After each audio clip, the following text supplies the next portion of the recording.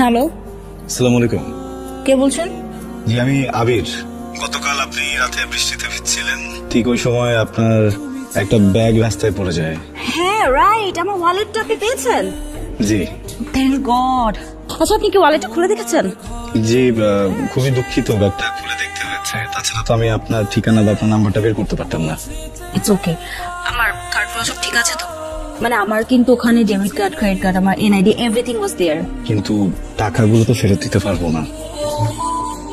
কোনো অসুবিধা নেই, ইটস নট আ প্রবলেম। আপনি জাস্ট আমার ওয়ালেটটা ফেরত দেন, দ্যাটস ইট। জি, সেটা তো অবশ্যই দিব, ফেরত দিব বলেই আমি আপনাকে ফোনটা দিয়েছি। ওকে, আমি আপনাকে কোথায় এসে দিবেন আমি অ্যাড্রেসটা পাঠিয়ে দিচ্ছি। প্লিজ টাইমলি চলে আসবেন। হ্যাঁ, কাল দেখা হবে। আল্লাহ হাফিজ। Sure. Thank you so much. Excuse me, আপনি আবির? আমি মায়া। ভাই, কেমন আছেন? ভালো আছি, বসেন। আমি খুবই কিউরিয়াস ছিলাম যে আপনি আসবেন কি আসবেন না। না, আমার মনে হচ্ছে না আসবেন না, তারপর আসলাম আমি দেখার জন্য যে আসলেই আসছেন কিনা। কার্ড, এখন তো আমার কার্ড গুলো অনেক ইম্পর্টেন্ট। আচ্ছা, এখান থেকে কিন্তু আপনি আমাকে 100 টাকা লোন দিয়েছেন। মানে আমি নিজেই আসলে 100 টাকা এখান থেকে নিয়েছি, আমার আসার ভাড়া ছিল না তো। আপনি তো খুব মজার মানুষ। এনিওয়েজ, টাকা কোনো বিষয় না, দেখেন এগুলো তো আসবে যাবে, কিন্তু এই যে আপনার লয়ালিটি, আপনার অনেস্টি, এটা হচ্ছে ইম্পর্টেন্ট। আজকালকার যুগে এসব দেখাই যায় না। আপনার অনেক টাকা, তাই না? আমার না, আমার বাবার অনেক। ওটা কোনো বিষয় না, লয়ালিটি হচ্ছে ম্যাটার করে, জানেন? বলেন কি খাবেন? আপনি যেটা খাবেন ওটা খাবো। আমি তো আসলে এখন কি খাবো, কফি খাই ইউজুয়ালি। কফি খাবেন? ওকে, এক্সকিউজ মি, দুটো ক্যাপুচিনো। আপনার মতো এরকম একজন অনেস্ট মানুষ আসলে আজকাল পর্যন্ত দেখা খুবই রেয়ার, দেখাই যায় না। আচ্ছা শোনেন, আপনি 100 টাকা রাখেন, এটা বকশিস না, আপনার যাওয়ার ভাড়া। এটা লাগবে না, 100 টাকা দিলাম না। আমি তো অটোতে করে আসছি, আমি অটোতে করে যাবো। 20-40 টাকা আর 60 টাকা এরপরে থাকবে, যেটাতে আমি চাটা সব সমস্যা নেই। এটা তো অনেক হিসেবে। কি করেন আপনি? কিছুই করি না, করি বিদেশে যাওয়া ট্রাই করি, কিন্তু হচ্ছে না। বিদেশ যাবেন কেন? দেশেই তো এখন কত কিছু করা যায়। হ্যাঁ, দেশে তো করা যায়, মানে অপরচুনিটি ওদিকে মনে হলো যে ভালো, এই জন্য তা অবশ্য ঠিক। কোথায় যাবেন? কোন কান্ট্রি? Canada, Australia? আমি প্ল্যান করেছেন কিছু দেশে না? ওইটা না বলি। হ্যাঁ, আম্মা বলেন যে আগে থেকে যদি বলা হয় তাহলে নাকি ওগুলো হয় না। Thank you. আচ্ছা, আপনার নাম্বারটা আমি সেভ করে রেখেছি, কোনো অসুবিধা নেই। And you can call me anytime for anything. কি রে, তোর না এজেন্সিতে যাওয়ার কথা? বিকেলে যাবো না। বিকালে কেন? এখন যা। মা, আমার এত মাথা ব্যথা করতেছে আর রোজ অনেক বাইরে, বিকেলে যাই। নবাব সাহেব আমার, সকালে খেয়ে আপনি বাইরে যান, আবার বিকালে খান। খেতে খেতে সর্বশান্ত করে আমার ঘাড়েই বসে খাচ্ছেন। মা, খাবারের কোটা দিচ্ছ কেন? একদম চুপ, ভাইরো কালতি করবি না। তুই খেতে খেতে না আমি যখন মরবো কবরে বসেও খাস।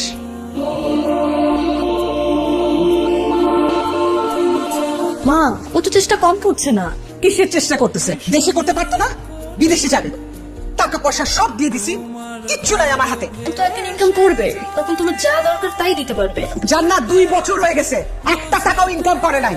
এই ওষুধ আর পানি নিয়ে যা, রাত দেখায় খালি আমার সাথে।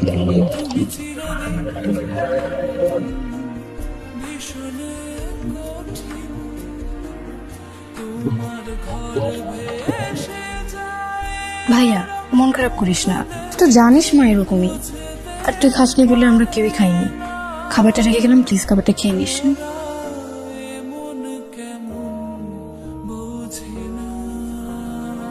সরি, অনেকক্ষণ দেরি করে ফেললাম। না, ওই বিদেশে যাচ্ছি না, এজেন্সি থেকে ফোন দিছিল, কিছু ফর্মালিটিস ছিল, ওগুলো কমপ্লিট করতে করতে একটু দেরি হয়ে গেছে। আপনি মানুষটাকে যত দেখছি দিন দিন ততই বেশি হচ্ছে।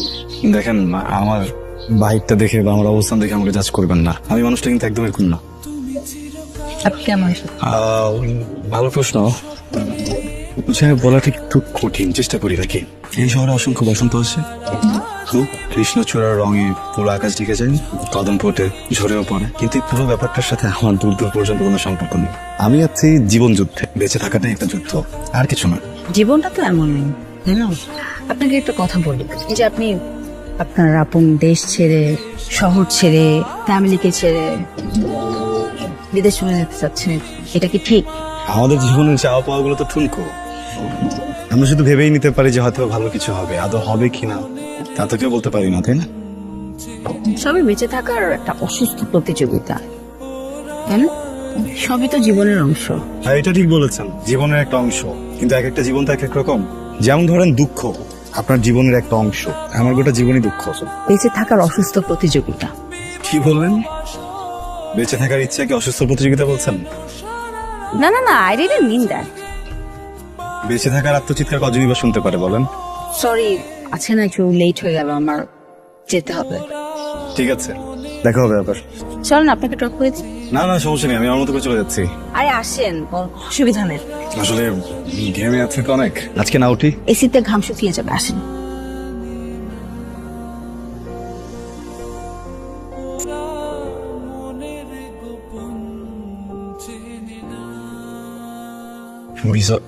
ভিসা অফিস থেকে কল করছিল আজকে, কালকে একটু সকাল সকাল যেতে পারছে। যাবি? হ্যাঁ, টাকা হবে তোমার কাছে? আমার কি টাকার গাছ আছে? হ্যাঁ, তোর পেছনে কত টাকা ঢালছি খেয়াল আছে? একটা টাকা আয়ত করিস না, বারবার যে এরকম টাকা চাস, লজ্জা করে না?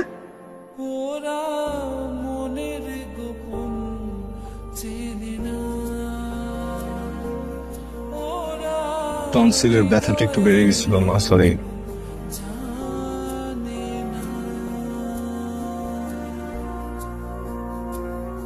মায়া, বলুন তো আমি কেন বারবার আপনার সাথে দেখা করতে আসি? মায়ের পড়েছেন? না, সুখের নেশায়। নিজেকে ধন্য মনে হচ্ছে, খুব ভালো লাগছে শুনে। আপনাকে অনেক অনেক ধন্যবাদ। আমার এই বাজে মুহূর্তগুলোকে আপনি অনেক সুন্দর করে ফেলেছেন, আমাকে এত সময় দিচ্ছেন, আমি দিনগুলো কখনো ভুলবো না। এভাবে বলবেন না প্লিজ। তাহলে কি বলবো? আপনি অঝোর বৃষ্টির মাঝে এক মুঠো রক্তর। আপনি তাহলে রংধনুর 7 রং হয়ে যান। সেটা সম্ভব না, যার বুকে বিশ্ববিএস থাকে সে কি করে রংধনুর সাথে না? বিশ্ববিয়াস নিয়ে মানুষ বাঁচে নাকি?